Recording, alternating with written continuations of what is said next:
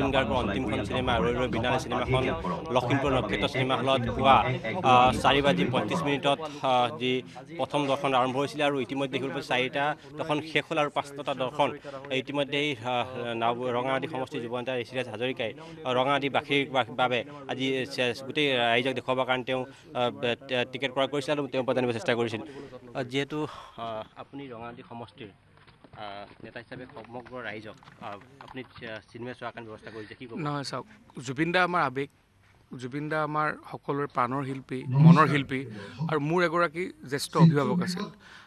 আজি জুবিন দা আমাৰ মাজত কায়িকভাৱে নাই, কাৰণ জীৱনৰ শৈশৱকাল আৰম্ভ কৰিছিলোঁ জুবিন দাৰ প্ৰথম চিনেমাখনেৰে তুমি মোৰ মাথো মোৰ।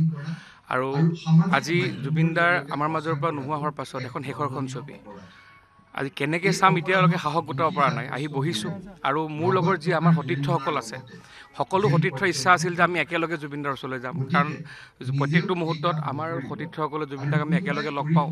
প্ৰত্যেকজন যুৱ প্ৰজন্ম আমাৰ কাৰণে সাহস আছিল জুবিন দা। আৰু আজি জুবিন দা আমাৰ মাজত নাই, নথকাৰ আজি যি অনুভৱ, এই অনুভৱ লৈ আজি বুকুত এটি খুব কষ্টত আহি এতিয়া জুবিন দাৰ চিনেমাখন চাবলৈ সাহস কৰিছোঁ। কিমান দুখৰলৈকে চাগে চাব পাৰিম এইটো এটা ডাঙৰ আমাৰ কাৰণে বিষয় হ'ব, কাৰণ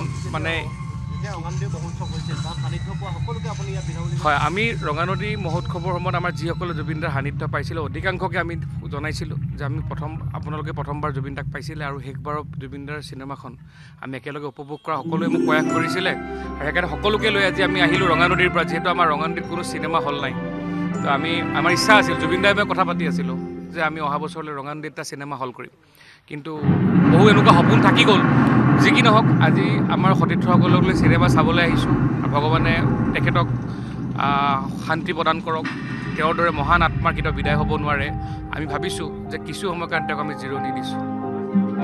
হয়, এনেদৰেই দেখিবলৈ পোৱা গৈছে জুবিন অনুৰাগীসকলক আচলতে ৰঙামাটি সমষ্টিৰ যুৱ নেতা ঋষিৰাজ হাজৰিকাই জুবিন অনুৰাগীসকলৰ বাবে ৰঙামাটি সমষ্টিৰ লোকসকলৰ বাবে তেওঁ এনেদৰেই যি চিনেমাৰ ব্যৱস্থা কৰি দিছে। আৰু এনেদৰে দেখিবলৈ পোৱা গৈছে লখিমপুৰৰ নক্ষত্ৰ চিনেমা হলত ঋষিৰাজ হাজৰিকাই সমষ্টিৰ যিসকল লোকক তেওঁ জুবিন গাৰ্গক সান্নিধ্য লাভ কৰিছিল আৰু তেওঁলোকৰ কাৰণে এই 5 নম্বৰ শ্ব'ৰ সম্পূৰ্ণ টিকেট বুক কৰিছে। প্ৰায় 150টা ছিট তেওঁ অনুৰাগীসকলৰ কাৰণে উৎসৰ্গা কৰিছে।